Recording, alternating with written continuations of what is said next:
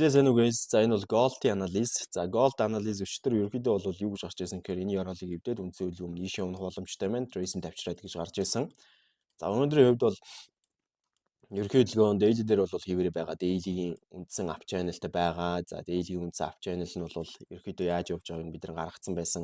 Impulse явлаа, Trace төвлөө, Impulse явлаа. Одоо Trace ирэх болцсон цаг нь байгаа гэж ярьж исэн. Өмнө байгаа импульс хөдөлгөөний Fibonacci-гийн 38.2 дээр өрсөн хөдөлгөөн 61.8-аас дээшээ шаардлагагүй өсөлтийн хөдөлгөөнийг бол хийцэн байгаа. Одоо бол хөдөлгөөн Trace хөдөлгөөний авчирна. За энэ ап channel дотроо daily-ийн энэ ап channel дотроо заяа. Ерөнхий одоо minor-ын channel-аа ингээд зурх юм бол эндээс ийм эхлэлтэй channel байгаа даа штэ. За энд сүүлчийн ёроол байгаад байгаа. Энэ ёроолыг заавал авахгүйгээр энэ ёроолтой холбоод энэ дэшээ бол энэ оройтой холбогдож орж ирж байгаа. За энэ оройг заавал авахгүйгээр энэ оройтой холбоод за ийм minor-ийн бас дотор нь ийм ап channel явж байгаа. За энэ ап channel-ийг ингээд зураад хэдүүлээ бас ингээд авчээ. За энэ ап channel-ийн хувьд бол ерөнхий major-ийнхаа трендийн хөдөлгөөний minor-ийн impulse-ийн хөдөлгөөн minor-оор хийж байгаа major-ийн impulse хөдөлгөөн байгаа. За энэ impulse хөдөлгөөн маань ерөнхийдөө доошоо эвдэгдэж орж ирээд үндсэн хөдөлгөөн маань Trace хөдөлгөөн нэлээд хүчтэй игээд Gold нэлээд хүчтэй унах боломжтой буюу 2000 дүүнлөө орж ирэх боломжтой л гэж хүлээгээд байгаа шүү дээ, тий. Тэрнээс өмнө бол minor-ийн хувьд одоо Trace хөдөлгөөний эхний ээлжинд $2780 руу ирэх ёстой гэж хүлээгээд байгаа. 4 цагийн хувьд бол 4 цагийн хөдөлгөөн uptrend buying zone-тай байгаа.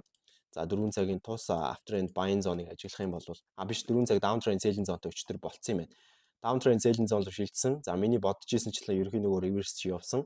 За өчтөрийн яриад байсан Gold-ийн хөдөлгөөнтэйгээ харьцуулаад явах юм бол өчтөрийн яриад байсан Gold-ийн хөдөлгөөн дэр бол одоо миний ажиглах ерөнхийдөө 30 минут ингээд даун эргээд ингэж орж ирнэ гэж ярьж исэн байна. Тийм тэр уналдаа 4 цаг дээр бол тухайн үед эргээгүй байсан. Reverse хийгээд trace авчираад доош унах боломжтой гэж исэн. За ямар ч гэсэн тэрнээс хойш бол 4 цаг reverse хийсний үед хийсэн байна. Одоо trace авчрах дутуу байна.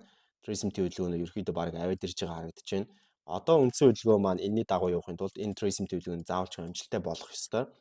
За энэ trace хөдөлгөөний амжилттай болохын тулд бол 4 цагийн хувьд өмнө ёроолын дэмжлэг одоо даралт болж гэж байгаа зон байгаа. Daily дээр бол ямар нэг юм байхгүй.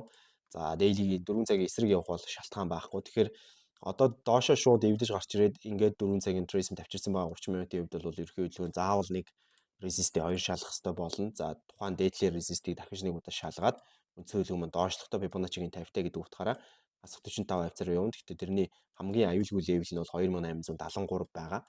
За тэгэхээр энэ resistance дээрх шалгалт амжилттай бол 2873 руу унах боломжтой болно. Амжилтгүй бол мэдээж доо дахиад хүлээх шаардлагатай гэж би бол үзнэ.